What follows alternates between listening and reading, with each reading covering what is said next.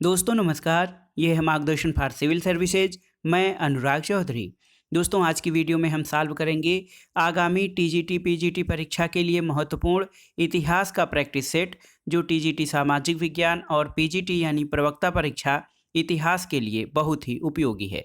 दोस्तों ये video TGT PGT इतिहास के साथ साथ गवर्नमेंट इंटर कॉलेज प्रवक्ता, गवर्नमेंट डिग्री कॉलेज, उच्चतर शिक्षा असिस्टेंट प्रोफेसर, एलटी ग्रेड, केंद्रीय विद्यालय संगठन और नेट जेआरएफ इतिहास के लिए भी उपयोगी है। तो आइए सॉल्व करते हैं आज का प्रैक्टिस सेट, टीजीटी पीजीटी परीक्षा इतिहास का प्रैक्टिस सेट संख्या 8। दोस्तों आज का प्रैक्टिस सेट जो हम सॉल्व कर रहे हैं, देखिए इसका पहला प्रश्न क्या है। पहला प्रश्न है दोस्तों, निम्न में से कौन सा हड़प्पीय नगर 3 भागों में विभाजित है, आपको बताना है। ऑप्शन है कालीबंगा, लोथल, धौलावीरा या फिर हड़प्पा। तो सही उत्तर है दोस्तों धौलावीरा। ऑप्शन सी आपका सही उत्तर है। धौलावीरा गुजरात के कच्छ जिले में स्थित है और इसकी खोज 1967-68 में जेपी जोशी यानी जगपति जोशी ने की थी, लेकिन इसका उत्खनन 1990-91 में आर.एस. बिष्ट ने कराया था। और ये नगर 3 भागों में किला नगर, मध्य नगर और निचले नगर के रूप में विभाजित है। तो याद कर लीजिए दोस्तों, धौलावीरा हड़प्पीय नगर 3 भागों में विभाजित था। अगला प्रश्न देखते हैं, किस आधुनिक अंचल से प्राचीन पांचाल की पहचान की जा सकती है। ऑप्शन है मेरठ, अवध, बुंदेलखंड या रुहेलखंड। तो उत्तर है ऑप्शन डी रुहेलखंड। दोस्तों 16 महाजनपदों में से एक जो पांचाल जनपद था, ये पश्चिमी उत्तर प्रदेश के बरेली, बदायूं और फर्रुखाबाद जिलों में विस्तृत था। इसकी 2 शाखाएं थी। एक तो था उत्तरी पांचाल की राजधानी अहिच्छत्र थी और दूसरा दक्षिणी पांचाल था, इसकी राजधानी काम्पिल्य थी। और पांचाल आधुनिक रुहेलखंड का प्राचीन नाम था। अगला प्रश्न है दोस्तों, जैनों के अनुसार निम्नलिखित में से कौन एक बहुदेशव्यापी अस्तिकाय द्रव्य का अपवाद है। ऑप्शन है जीव, पुद्गल, आकाश या फिर काल। तो सही उत्तर है ऑप्शन डी काल। दोस्तों जैन धर्म में जीव, पुद्गल, धर्म, अधर्म, आकाश और काल ये 6 द्रव्य स्वीकार किए गए हैं। इसमें जो काल द्रव्य है ये परमाणु मात्र परमाणु होने के कारण कायावान नहीं है और शेष 5 द्रव्य जो हैं ये अस्तिकाय है। इसमें से काल जो है अस्तिकाय द्रव्य का अपवाद है। अगला प्रश्न है, निम्नलिखित में से कौन सा ग्रंथ उल्लेख करता है कि अशोक श्रीनगर कश्मीर का संस्थापक था। ऑप्शन देखिए दिव्यावदान, महावंश, दीपवंश या राजतरंगिणी। तो उत्तर है दोस्तों राजतरंगिणी।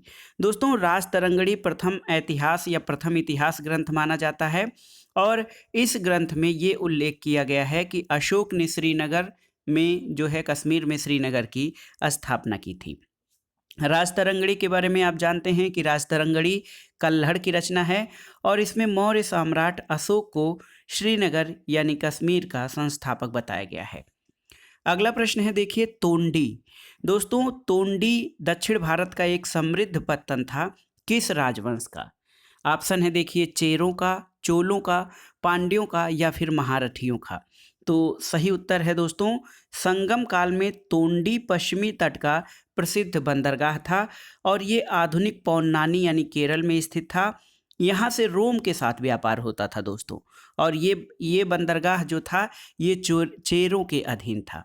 तो उत्तर है तोंडी समृद्ध पत्तन चेरों के अंतर्गत या चेरों के अधिकार में तोंडी एक प्रसिद्ध पत्तन था। अगला प्रश्न देखते हैं, निम्नलिखित में से हड़प्पा संस्कृति के किस स्थल से कब्रिस्तान के प्रमाण मिले हैं।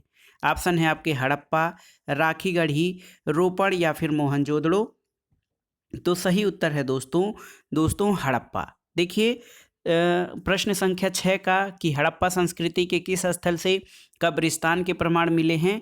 ऑप्शन ए आपका हड़प्पा सही है। दोस्तों हड़प्पा सिंधु सभ्यता का प्रसिद्ध नगर है। इसकी खोज वर्ष 1921 में दयाराम साहनी ने की थी और इसके दक्षिणी भाग में एक कब्रिस्तान का साक्ष्य मिला है जिसको समाधि R37 की संज्ञा दी गई है। तो समाधि R37 जो है ये हड़प्पा के पास से मिली है। अगला प्रश्न है, हड़प्पा संस्कृति के निम्न स्थलों में से चावल के प्रमाण कहाँ से मिले हैं। ऑप्शन है आपके कालीबंगा, लोथल, हड़प्पा या फिर राखीगढ़ी। तो सही उत्तर क्या है दोस्तों? सही उत्तर है हड़प्पा संस्कृति के लोथल से दोस्तों चावल के दानों के प्रमाण मिले हैं। देखिए गुजरात के अहमदाबाद जिले में भोगवा नदी के तट पर लोथल जो है इसकी खोज दोस्तों 1954 में आर एस राव ने की थी और यहाँ से चावल के दानों के प्रमाण मिले हैं, जिससे ये पता चलता है कि यहाँ पर धान की खेती होती थी।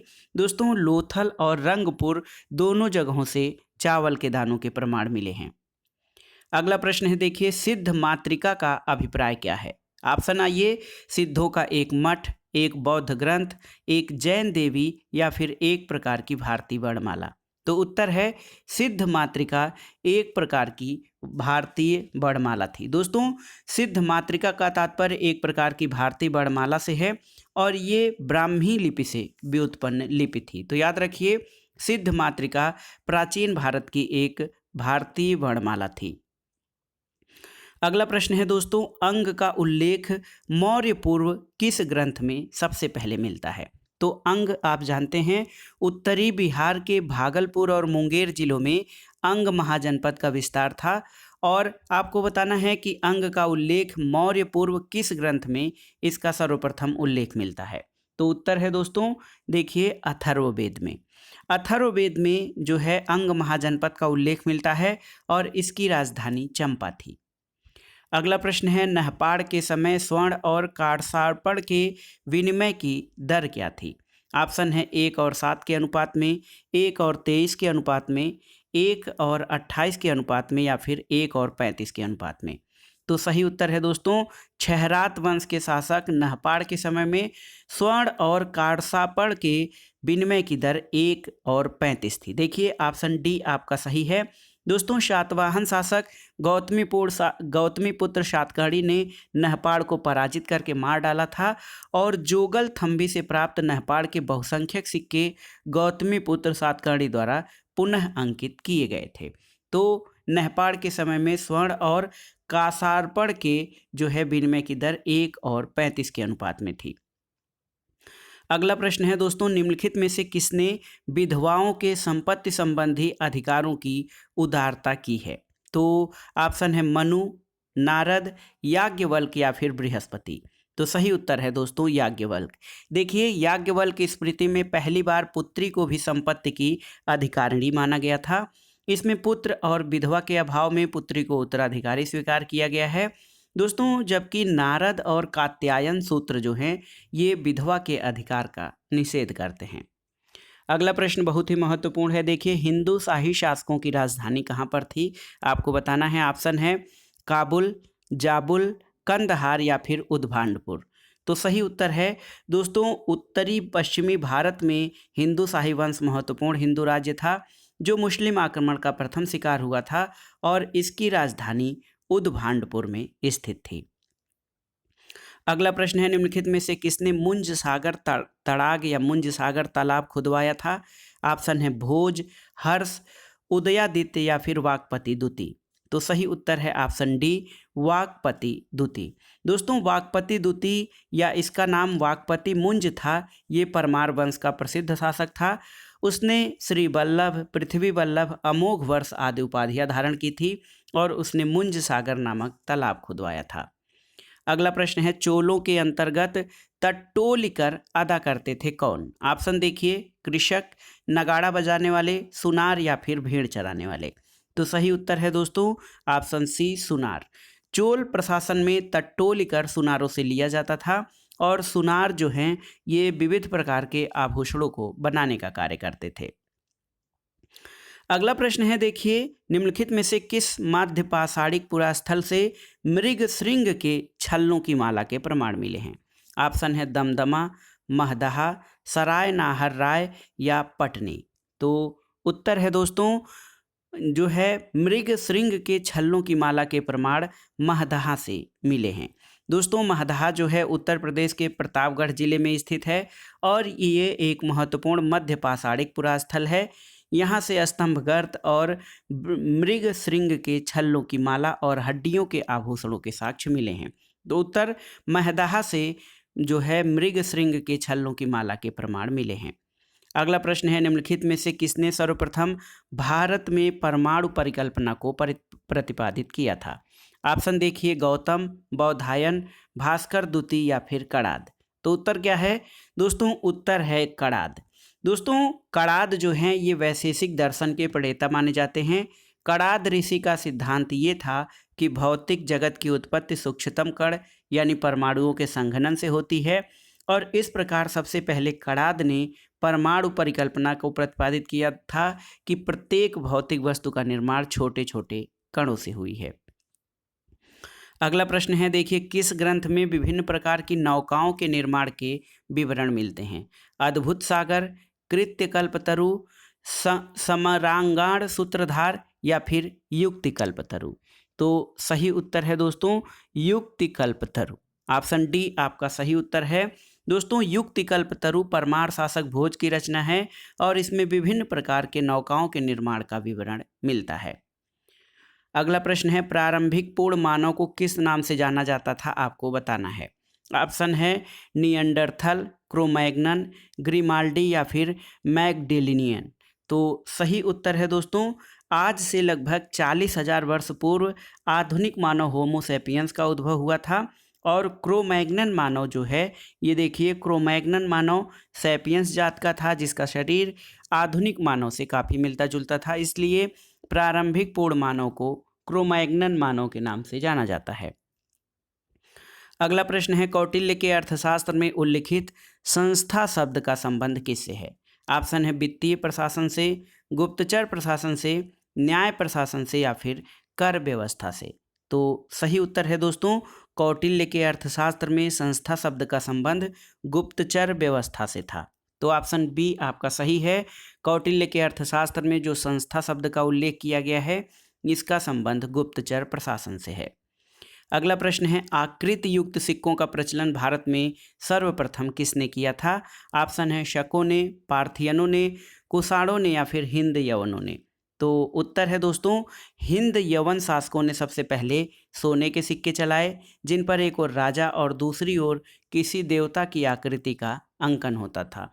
तो उत्तर है दोस्तों हिंद यवनों ने पहली बार आकृति युक्त सिक्कों का प्रचलन भारत में किया था। अगला प्रश्न है, भारतीय उपमहाद्वीप में पालतू भैंस के प्राचीनतम साक्ष्य कहाँ से मिलते हैं? ऑप्शन है मोहनजोदड़ो, धौलावीरा, मेहरगढ़ या फिर राखीगढ़ी। तो उत्तर है दोस्तों पाकिस्तान के बलूचिस्तान प्रांत में स्थित मेहरगढ़ में सबसे पहले कृषि और पशुपालन के प्राचीनतम प्रमाण मिले हैं। पालतू भैंस के प्राचीनतम साक्ष्य मेहरगढ़ से ही प्राप्त हुए हैं, और मेहरगढ़ से कृषि और पशुपालन के प्राचीनतम साक्ष्य भी मिले हैं। अगला प्रश्न देखते हैं, निम्नलिखित में से किस एक मंदिर में रामानुजाचार्य या रामानुज शिक्षण कार्य करते थे? ऑप्शन देखिए मदुरै, मामल्लपुरम, सोमनाथपुरम या श्रीरंगम। तो उत्तर है ऑप्शन डी श्रीरंगम। दोस्तों रामानुजाचार्य एक वैष्णव संत थे और इन्होंने विशिष्टाद्वैत सिद्धांत का प्रतिपादन किया था। रामानुजाचार्य ने श्रीरंगम के यतिराज नामक सन्यासी से सन्यास की दीक्षा ली और वहीं रहकर कुछ समय तक शिक्षण का कार्य किया था। अगला प्रश्न दोस्तों सूची 1 का सूची 2 से मिलान कराना है। यहाँ पर देखिए हक ए शर्ब ये जलकर था, किस्मात जो था ये कृषि संबंधी उपकर था, तकावी दोस्तों कृषकों को दिया गया ऋण था, और उसलूब जो था ये अध्यादेश होता था। तो इस प्रकार से सही सुमेलन आप कर सकते हैं। सही सुमेलन आपका हो जाएगा ऑप्शन डी। ऑप्शन डी दोस्तों आपका हो जाएगा, देखिए 2, 3, 1 और 4। अगला प्रश्न एक महत्वपूर्ण नाटक है। देखिए किसने उषा परिणय नामक नाटक की रचना की थी? ऑप्शन है गंगा देवी, माधव विद्यारण्य, कृष्णदेव राय या पेड्डाना। तो सही उत्तर है ऑप्शन सी कृष्णदेव राय। दोस्तों उषा परिणय नामक नाटक की संस्कृत भाषा में रचना कृष्णदेव राय ने किया था। तो कृष्णदेव राय के शासनकाल में तेलुगु साहित्य का स्वर्णयुग कहा जाता है। उसने स्वयं तेलुगु में अमुक्तमाल्यद ग्रंथ की रचना की और इसकी प्रस्तावना में उसने उषा परिणय नामक नाटक की रचना का श्रेय दिया गया है। तो सही उत्तर है उषा परिणय नामक नाटक की रचना दोस्तों कृष्णदेव राय द्वारा संस्कृत भाषा में की गई थी। अकबर के समय में किरोड़ी नामक अधिकारी का कार्य क्या था, ये अगला प्रश्न है। आपको बताना है कि अकबर के प्रशासन में किरोड़ी नामक अधिकारी का क्या कार्य था। ऑप्शन है राजस्व का संग्रह, शाही खजाने की देखभाल, विदेशी व्यापार का लेखा जोखा या शाही पत्र व्यवहार के लिए लेखन कार्य। तो उत्तर है दोस्तों, अकबर के शासनकाल में किरोड़ी नामक अधिकारी का कार्य राजस्व का संग्रह करना होता था। तो याद कर लीजिए, राजस्व संग्रह का कार्य किरोड़ी करता था। अगला प्रश्न है, निम्नलिखित मुगल सम्राटों में से 4 महत्वपूर्ण दुर्गों की विजय का सही कालानुक्रम क्या है। तो सम्राट अकबर द्वारा 4 महत्वपूर्ण दुर्गों की विजय का सही क्रम क्या है। दोस्तों, अकबर ने 1568 में मेवाड़ की विजय की, मार्च 1569 में रणथंभौर और अगस्त 1569 में कालिंजर की विजय की और असीरगढ़ किले पर 1601 में अधिकार किया गया। तो देखिए, ऑप्शन डी आपका सही उत्तर हो जाएगा। मेवाड़ या मेड़ता, फिर रणथंभौर, उसके बाद कालिंजर और सबसे लास्ट में असीरगढ़ किले पर विजय प्राप्त किया था अकबर ने। अगला प्रश्न है दोस्तों, मनसबदारी व्यवस्था में मंथ स्केल यानी महीनावारी की प्रथा किसने प्रारंभ की थी। ऑप्शन है जहांगीर, शाहजहां, औरंगजेब या फिर अकबर। तो उत्तर है दोस्तों, मनसबदारी व्यवस्था का प्रारंभ तो वैसे अकबर ने किया था, लेकिन जहांगीर ने इसमें 2 अस्पा और सिंह अस्पा व्यवस्था को जोड़ा, जबकि शाहजहां ने मनसबदारी व्यवस्था में मंथ स्केल यानी माहवारी प्रथा को प्रारंभ किया था। तो ऑप्शन बी आपका सही उत्तर हो जाएगा। दोस्तों, शाहजहां ने मनसबदारों को मासिक वेतन देने की शुरुआत की थी। अगला प्रश्न है, किस आधुनिक इतिहासकार ने सतनामी विद्रोह को औरंगजेब की धार्मिक नीतियों के विरोध में हिंदू प्रतिक्रिया की संज्ञा दी थी। ऑप्शन देखिए, ऑप्शन है आपके आरसी मजूमदार, ईश्वरी प्रसाद, वीडी महाजन या फिर जदुनाथ सरकार। तो उत्तर है दोस्तों जदुनाथ सरकार। जदुनाथ सरकार ने सतनामी विद्रोह जो कि 1672 में हुआ था औरंगजेब के शासनकाल में, इसको औरंगजेब की धार्मिक नीतियों के विरोध में हिंदू प्रतिक्रिया की संज्ञा दी थी।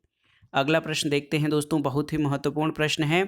पुरंदर की संधि जो 1665 में हुई थी, इसमें मुगलों को प्रदान किए गए दुर्गों में से कौन सा दुर्ग शिवाजी द्वारा पुनर्विजित नहीं किया जा सकता था। ऑप्शन है पुरंदर, माहुली, लौहगढ़ या फिर शिवनेरी। तो सही उत्तर है शिवनेरी दुर्ग। दोस्तों देखिए, पुरंदर की संधि 1665 में सवाई राजा जयसिंह और शिवाजी के बीच हुई थी। इसमें शिवाजी को अपने 23 किले मुगलों को देने पड़े थे। शिवाजी ने अपने दुर्गों पर पुनः अधिकार कर लिया, लेकिन वे शिवनेरी को दुर्ग को पुनः नहीं जीत पाए थे। तो याद कर लीजिए दोस्तों, शिवनेरी को दुर्ग को शिवाजी पुनः जीत नहीं पाए थे। अगला प्रश्न है, देखिए, शेरशाह द्वारा भू राजस्व के अतिरिक्त जनहित के उपयोग के लिए किए जाने वाले अतिरिक्त कर का प्रतिशत कुल भू राजस्व देय कर का कितना होता था। तो उत्तर है दोस्तों 2.5%। शेरशाह ने भू राजस्व के अतिरिक्त जनहित के उपयोग के लिए 2.5% अतिरिक्त कर कुल भू राजस्व का लिया था। तो सही उत्तर है ऑप्शन सी, 2.5% अतिरिक्त कर शेरशाह ने जनहित के उपयोग के लिए किया था। अगला प्रश्न है, भारत में महदवी आंदोलन की शुरुआत किसने की थी। ऑप्शन है अब्दुल्ला नियाजी, शेख अलाई, अब्दुल्ला सुल्तानपुरी, सैयद मोहम्मद जौनपुरी। तो उत्तर है दोस्तों, भारत में महदवी आंदोलन के प्रणेता सैयद मोहम्मद जौनपुरी को माना जाता है। अगला प्रश्न है, मुगल भू राजस्व प्रशासनिक शब्दावली में जिहाद क्या होता था। देखिए, ये जिहाद नहीं बल्कि जिहाद है। तो ऑप्शन देखिए, निर्धारित करों का अतिरिक्त एक देय, एक धार्मिक कर, एक पथ कर या उपर्युक्त में से कोई नहीं। तो उत्तर है दोस्तों, मुगल भू राजस्व प्रशासनिक शब्दावली में निर्धारित करों के अतिरिक्त देय को जिहाद कहा जाता था। तो ऑप्शन है निर्धारित करों के अतिरिक्त एक देय को मुगल भू राजस्व व्यवस्था में जिहाद कहा जाता था। अगला प्रश्न है, किस दिल्ली सुल्तान ने घोषणा की थी कि राजा का कोई सगा संबंधी नहीं होता है। ऑप्शन है बलवन, अलाउद्दीन, मोहम्मद तुगलक या फिर इब्राहिम लोदी। तो दोस्तों ये शासक था अलाउद्दीन खिलजी। अलाउद्दीन खिलजी ने 1296 से 1316 तक शासन किया था और ये खिलजी वंश का योग्यतम शासक था। इसने अपने राजत्व सिद्धांत को स्पष्ट करते हुए कहा था कि राजा का कोई सगा संबंधी नहीं होता है उसे वही कार्य करना चाहिए जो राज्य और जनता के हित में होता है। अगला प्रश्न देखते हैं दोस्तों, दिल्ली सल्तनत काल में सर्वोच्च सैन्य अधिकारी कौन होता था? तो सल्तनत काल में सर्वोच्च सैन्य अधिकारी ये दोस्तों सबसे बड़ा अधिकारी खान होता था। ऑप्शन सी आपका सही उत्तर है। सल्तनत काल में जो है सेना का वर्गीकरण मंगोलों की दशमलव पद्धति पर आधारित था। सेना की सबसे छोटी इकाई को सरखेल और सबसे बड़ी इकाई खान कहलाती थी। तो सही उत्तर है, सल्तनत काल में सर्वोच्च सैन्य अधिकारी खान होता था। अगला प्रश्न है, निम्नलिखित में से कौन सी भू राजस्व व्यवस्था राजा टोडरमल से संबंधित है? ऑप्शन है बटाई, जरीब, जब्ती या फिर कनकूत। तो सही उत्तर है दोस्तों जब्ती प्रणाली। भू राजस्व की जब्ती प्रणाली राजा टोडरमल से संबंधित है और अकबर के शासनकाल के 15वें साल में लगभग 1570-71 में राजा टोडरमल ने खालसा भूमि पर भू राजस्व की नवीन प्रणाली को प्रारंभ किया। इसको जब्ती प्रणाली भी कहा जाता है। अगला प्रश्न है दोस्तों, दीन ए इलाही अकबर की मूर्खता का प्रतीक था न कि उसकी बुद्धिमत्ता का। ये टिप्पणी किसकी है? ऑप्शन है स्मिथ, लेनपूल, आरपी त्रिपाठी या श्रीराम शर्मा। तो दोस्तों अकबर ने 1582 में दीन ए इलाही धर्म का शुरुआत किया था। तो तिथि याद रखिएगा, 1582 में अकबर ने दीन ए इलाही धर्म का प्रारंभ किया था और ये सुलह कुल के सिद्धांतों पर आधारित था। V.A. स्मिथ यानी विंसेंट स्मिथ के अनुसार दीन ए इलाही अकबर की मूर्खता का प्रतीक था न कि उसकी बुद्धिमत्ता का। अगला प्रश्न है दोस्तों, पश्चिमी भारत में आने वाला पहला अंग्रेज कौन था? आपको बताना है। ऑप्शन देखिए, captain Hawkins, Thomas Stephens, John Milton या फिर राल्फ फिंच। तो उत्तर है दोस्तों जॉन मिल्डन ने अकबर और जहांगीर के काल में 2 बार भारत की यात्रा की। 1591 में गुजरात में व्यापार करने के लिए अकबर से फरमान प्राप्त करने की चेष्टा की और वो उसमें असफल रहा और पश्चिमी भारत आने वाला वो प्रथम अंग्रेज था। तो याद कर लीजिए ऑप्शन सी, जॉन मिल्डन जो है ये पश्चिमी भारत में आने वाला प्रथम अंग्रेज था। अगला प्रश्न है दोस्तों, किस शासक ने सर्वप्रथम अकाल संहिता तैयार करवाया था? ऑप्शन देखिए, इल्तुतमिश, अलाउद्दीन खिलजी, मोहम्मद तुगलक या फिर फिरोज तुगलक। तो सही उत्तर है दोस्तों मोहम्मद तुगलक। ऑप्शन सी आपका सही उत्तर है। मोहम्मद तुगलक के समय में 1334 से 35 में अकाल पड़ा था और उससे निपटने के लिए सुल्तान ने कृषकों को तकावी ऋण दिए और अकाल संहिता का निर्माण किया था। अगला प्रश्न देखते हैं दोस्तों, अब्दुल रज्जाक को देवराय द्वितीय के दरबार में राजदूत बनाकर किसने भेजा था? तो सही उत्तर है दोस्तों अब्दुल रज्जाक को देखिए देवराय द्वितीय जो कि विजयनगर साम्राज्य का था। दोस्तों देवराय द्वितीय जो संगम वंश का सबसे प्रतापी शासक था, उसके शासनकाल में खुरासान के सुल्तान शाहरुख ने जो कि खुरासान का था, उसने अब्दुल रज्जाक को राजदूत बनाकर देवराय द्वितीय के दरबार में भेजा था। अगला प्रश्न है दोस्तों, तेनाली रामकृष्ण की महत्वपूर्ण रचना क्या है? तो उत्तर है पांडुरंग महात्म्य। दोस्तों तेनाली रामकृष्ण विजयनगर के शासक कृष्णदेवराय के दरबार में अष्ट दिग्गजों में से प्रमुख थे और पांडुरंग महात्म्य उसकी प्रमुख रचना है। अगला प्रश्न है, निम्नलिखित भवनों को कालानुक्रम व्यवस्थित कीजिए और दिए गए कूट से सही उत्तर का चयन कीजिए। तो दोस्तों अजमेर में 2.5 दिन का झोपड़ा मस्जिद का निर्माण ऐबक द्वारा 1192 में कराया गया था। इसके अलावा कुतुब मीनार का निर्माण ऐबक के समय से प्रारंभ होकर इल्तुतमिश के समय में पूर्ण हुआ। अलाई दरवाज़ा का निर्माण 1311 में अलाउद्दीन खिलजी ने करवाया था और दिल्ली स्थित लाल किले का निर्माण मुगल सम्राट शाहजहां के समय काल में हुआ था। तो सही उत्तर है आपका देखिए A, B, C और D, मतलब 2.5 दिन का झोपड़ा सबसे पहले, फिर कुतुब मीनार, उसके बाद अलाई दरवाज़ा और लास्ट में लाल किले का निर्माण हुआ था। अगला प्रश्न है दोस्तों, युद्ध के माध्यम से ब्रिटिश भारतीय साम्राज्य में मिलाया जाने वाला अंतिम स्वतंत्र राज्य कौन सा था? तो ऑप्शन है देखिए हैदराबाद, मैसूर, पंजाब या फिर अवध। तो उत्तर है द्वितीय आंग्ल सिख युद्ध के बाद 29 मार्च 1849 को डलहौजी ने पंजाब राज्य के विलय की घोषणा की और ये युद्ध के माध्यम से ब्रिटिश भारतीय साम्राज्य में विलय किया जाने वाला अंतिम राज्य था। अगला प्रश्न है रणजीत सिंह को लाहौर का गवर्नर किसने नियुक्त किया था? दोस्तों सही उत्तर है अफगानिस्तान के शासक ने। 1797 में अफगानिस्तान के शासक जमान शाह ने पंजाब पर आक्रमण किया।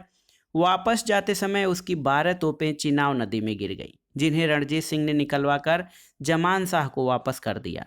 फलतः जमान शाह ने रणजीत सिंह को लाहौर पर अधिकार करने की अनुमति दे दी और 1799 में रणजीत सिंह का लाहौर पर अधिकार हो गया था। तो उत्तर है रणजीत सिंह को लाहौर का गवर्नर अफगान शासक जमान शाह ने नियुक्त किया था। अगला प्रश्न है दोस्तों, सबसे अधिक बोली लगाने वाले को भूमि राजस्व वसूल करने का अधिकार देने की व्यवस्था का प्रारंभ करने के लिए कौन उत्तरदायी है? तो उत्तर है दोस्तों वारेन हेस्टिंग्स। देखिए वारेन हेस्टिंग्स ने 1772 में सबसे अधिक बोली लगाने वाले को भू राजस्व वसूल करने का अधिकार दिया था। यह 5 वर्ष के लिए था और 1777 में इसे समाप्त कर सालाना बंदोबस्त प्रारंभ कर दिया गया था। तो सही उत्तर है वारेन हेस्टिंग्स ने सबसे अधिक बोली लगाने वाले को भूमि राजस्व वसूल करने का अधिकार देने की प्रथा का प्रारंभ किया था। अगला प्रश्न है शिक्षा के क्षेत्र में महत्वपूर्ण दयानंद सरस्वती के किस शिष्य ने लाहौर में डीएवी कॉलेज की स्थापना की थी? ऑप्शन है स्वामी श्रद्धानंद, लाला हंसराज, लाला लाजपत राय या फिर बिपिन चंद्र पाल। तो उत्तर है दोस्तों देखिए दयानंद सरस्वती के शिष्य लाला हंसराज ने। लाला हंसराज ने अंग्रेजी शिक्षा के प्रचार प्रसार के लिए 1886 में लाहौर में दयानंद एंग्लो वैदिक कॉलेज की स्थापना की, जबकि स्वामी श्रद्धानंद ने दोस्तों 1902 में हरिद्वार के निकट कांगड़ी में गुरुकुल विश्वविद्यालय स्थापित किया था। अगला प्रश्न है बहावी और कूका आंदोलनों में क्या समानता थी? ऑप्शन देखिए हिंसक साधनों का प्रयोग, धर्मांधता, ए और बी दोनों या राष्ट्रीय भावना।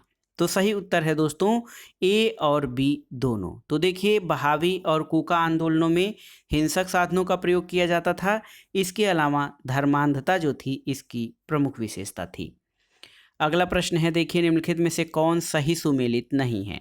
ऑप्शन है भील विद्रोह 1818 से 1881 21, सतारा विद्रोह 1814, किट्टूर विद्रोह 1824 और गडकरी विद्रोह 1844। तो सही उत्तर है सतारा विद्रोह आपका सही सुमेलित नहीं है, क्योंकि सतारा विद्रोह 1840 से 41 के बीच हुआ था। याद कर लीजिए सतारा विद्रोह का समयकाल 1840-41 है और ये धरराव पवार और नरसिंह दत्तात्रेय पाटेकर के नेतृत्व में सतारा विद्रोह हुआ था। आंदोलन का कारण सतारा के लोकप्रिय शासक प्रताप सिंह की अंग्रेजों द्वारा उसके पद से हटाना और देश निकाला दिया जाना था। अगला प्रश्न है ग्रांट ड्रम्प। ग्रांट डफ जो हैं एक इतिहासकार हैं, इन्होंने किसका इतिहास लिखा है आपको बताना है। ऑप्शन है सिखों का, मराठों का, राजपूतों का या पठानों का। तो सही उत्तर है दोस्तों जेम्स ग्रांट डफ जो थे एक ब्रिटिश सैनिक और इतिहासकार थे। इन्होंने ब्रिटिश सरकार की तरफ से सतारा में राजनीतिक एजेंट के रूप में काम किया था। उसने मराठों का इतिहास लिखा और उसे भारत में अंग्रेजी शिक्षा का जनक भी कहा जाता है। तो ग्रांट डफ ने दोस्तों मराठों का इतिहास लिखा था। अगला प्रश्न है भारत का तिरंगा झंडा सर्वप्रथम कब लहराया गया था? ऑप्शन देखिए 31 दिसंबर 1931, 26 जनवरी 1930, 15 अगस्त 1947 या फिर 26 जनवरी 1950 को। तो उत्तर है दोस्तों भारत का तिरंगा झंडा सबसे पहले 26 जनवरी 1930 को फहराया गया था। कांग्रेस द्वारा इस दिन को संपूर्ण भारत में स्वाधीनता दिवस के रूप में मनाने का निश्चय किया गया था। अगला प्रश्न है तिरचनापल्ली के घेरे में क्लाइव की रक्षा किसने की थी? मोहम्मद अली, चंदा साहब, नासिरगंज या मुजफ्फरजंग ने। तो सही उत्तर है दोस्तों तिरचनापल्ली के घेरे में क्लाइव की रक्षा मोहम्मद अली ने किया था। कर्नाटक के द्वितीय युद्ध में फ्रांसीसियों ने मुजफ्फरजंग को हैदराबाद और चंदा साहब को कर्नाटक का नवाब बनाने का समर्थन किया। डुप्ले ने चंदा साहब को तिरचनापल्ली का घेरा डालने को कहा और रॉबर्ट क्लाइव ने ईस्ट इंडिया कंपनी को सुझाव दिया कि यदि अर्काट पर घेरा डाला जाए तो चंदा साहब तिरचनापल्ली से हट जाएगा और वही हुआ। इस प्रकार अंग्रेज मोहम्मद अली को कर्नाटक का नवाब बनाने में सफल हुए थे। अगला प्रश्न है अमृतसर की संधि द्वारा रणजीत सिंह ने किस नदी को राज्य की सीमा स्वीकार किया था? ऑप्शन है रावी नदी, झेलम नदी, सतलज या फिर सिंधु नदी? तो सही उत्तर है रणजीत सिंह के और चार्ल्स मेटकाफ के बीच अमृतसर की संधि 1809 में हुई थी और इसके अंतर्गत सतलज नदी को ब्रिटिश भारतीय साम्राज्य की सीमा निर्धारित किया गया था और जिसे रणजीत सिंह द्वारा मान लिया गया था। अगला प्रश्न है दोस्तों, हिंदू धर्म को नवीन, आधुनिक और सरल बनाने का श्रेय किसे दिया जाता है? ऑप्शन है, देखिए ऑप्शन देख लीजिए, ब्रह्म समाज, आर्य समाज, प्रार्थना समाज या थियोसोफिकल सोसाइटी। तो सही उत्तर है दोस्तों, हिंदू धर्म को नवीन, आधुनिक और सरल बनाने का श्रेय ब्रह्म समाज को दिया जाता है। ब्रह्म समाज की स्थापना 20 अगस्त 1828 को राजा राम मोहन राय के द्वारा की गई थी। दोस्तों, ब्रह्म समाज का उद्देश्य हिंदू धर्म को नवीन, आधुनिक और सरल बनाना था। ब्रह्म समाज की अवधारणा एकेश्वरवाद, आस्तिकता और आचार संबंध की बातों पर बल देता है। अगला प्रश्न है, भारत में या प्रारंभ में भारत की जो संविधान सभा थी उसके सदस्यों की संख्या कितनी थी? तो उत्तर है, प्रारंभ में भारत में संविधान सभा के सदस्यों की संख्या 389 थी। दोस्तों, कैबिनेट मिशन योजना के अंतर्गत नवंबर 1946 में संविधान सभा का गठन हुआ था और इसकी कुल सदस्य संख्या 389 थी, जिसमें याद कर लीजिए 296 सीटें ब्रिटिश भारत और 93 सीटें देसी रियासतों को आवंटित की गई थीं। अगला प्रश्न है, सुभाष चंद्र बोस ने आज़ाद हिंद फौज का प्रभार कब संभाला था? तो 2 जुलाई 1943 को सुभाष चंद्र बोस 1943 को सिंगापुर पहुंचे और 4 जुलाई 1943, देखिए महत्वपूर्ण तिथि है, 4 जुलाई 1943 को सुभाष चंद्र बोस ने आज़ाद हिंद फौज का प्रभार या नेतृत्व संभाला था। अगला प्रश्न है दोस्तों, भारतीयों की विधि बनाने में सहभागिता किसके समय में हुई थी? तो उत्तर है लॉर्ड कैनिंग। ऑप्शन बी आपका सही उत्तर है। दोस्तों, लॉर्ड कैनिंग के शासनकाल में भारतीय परिषद अधिनियम 1861 पारित किया गया और इसके अंतर्गत भारतीयों को विधि बनाने में सहभागिता दी गई थी। अगला प्रश्न है, प्रथम अखिल भारतीय राष्ट्रीय संगठन कौन था? ऑप्शन है Bombay association, Indian Republican army, Poona सार्वजनिक सभा या इंडियन नेशनल कांग्रेस। आपको बताना है कि दोस्तों कौन सा जो है अखिल भारतीय संस्था थी पहली। तो सही उत्तर है इंडियन नेशनल कांग्रेस भारत की प्रथम अखिल भारतीय राष्ट्रीय संगठन था। अगला प्रश्न है दोस्तों, भारत के अलावा विश्व के अन्य स्थानों से अपना संपर्क खो देने के लिए भारतीयों की आलोचना किसने की थी? तो उत्तर है स्वामी विवेकानंद ने। दोस्तों, स्वामी विवेकानंद को 19वीं शताब्दी के नव जागरण या हिंदू नव जागरण का संस्थापक माना जाता है।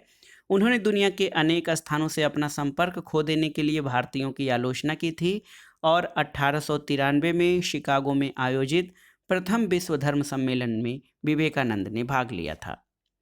अगला प्रश्न देखते हैं, उस विदेशी पत्रकार का नाम बताइए जिसने धरसाना नमक वर्क्स पर सत्याग्रह के बारे में समाचार दिए थे। ऑप्शन है मार्क तुली, बेब मिलर, फिलिप स्प्रेट या फ्रांसिस लुई। तो सही उत्तर है बेब मिलर, वो जो है संवाददाता था या पत्रकार था जिसने धरसाना नमक सत्याग्रह पर जो है समाचार दिया था।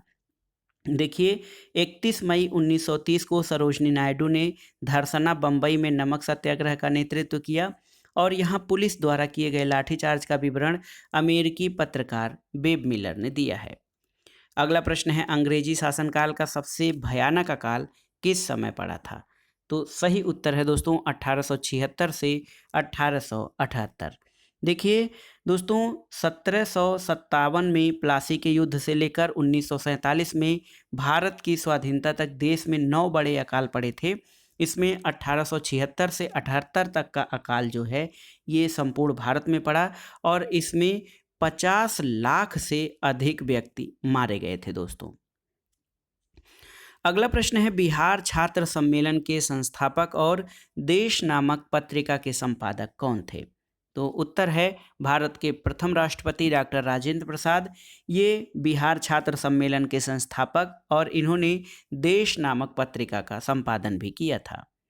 अगला प्रश्न है दोस्तों, भारत चीन युद्ध किस तिथि को प्रारंभ हुआ था?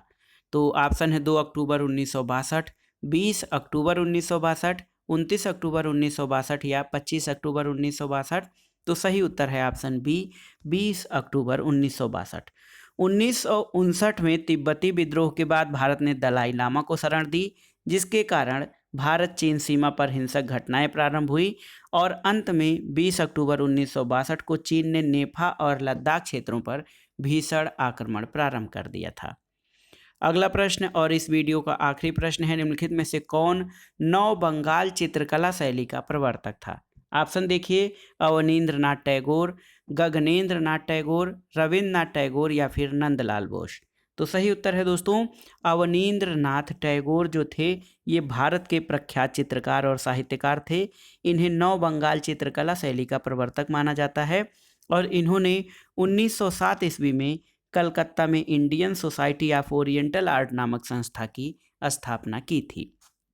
तो दोस्तों ये था आज का प्रैक्टिस सेट, जिसमें आपने टीजीटी पीजीटी परीक्षा इतिहास के लिए महत्वपूर्ण इतिहास के प्रश्नों को सॉल्व किया और ये प्रश्न जो है आपके लिए बहुत ही उपयोगी और महत्वपूर्ण होंगे आपकी तैयारी के लिए और आपके रिवीजन की दृष्टि से भी। तो वीडियो आपको कैसा लगा हमें कमेंट बॉक्स में ज़रूर बताइएगा। वीडियो को लाइक करें, शेयर करें और इस चैनल मार्गदर्शन फॉर सिविल सर्विसेज को सब्सक्राइब करें। वीडियो देखने के लिए धन्यवाद दोस्तों, नमस्कार।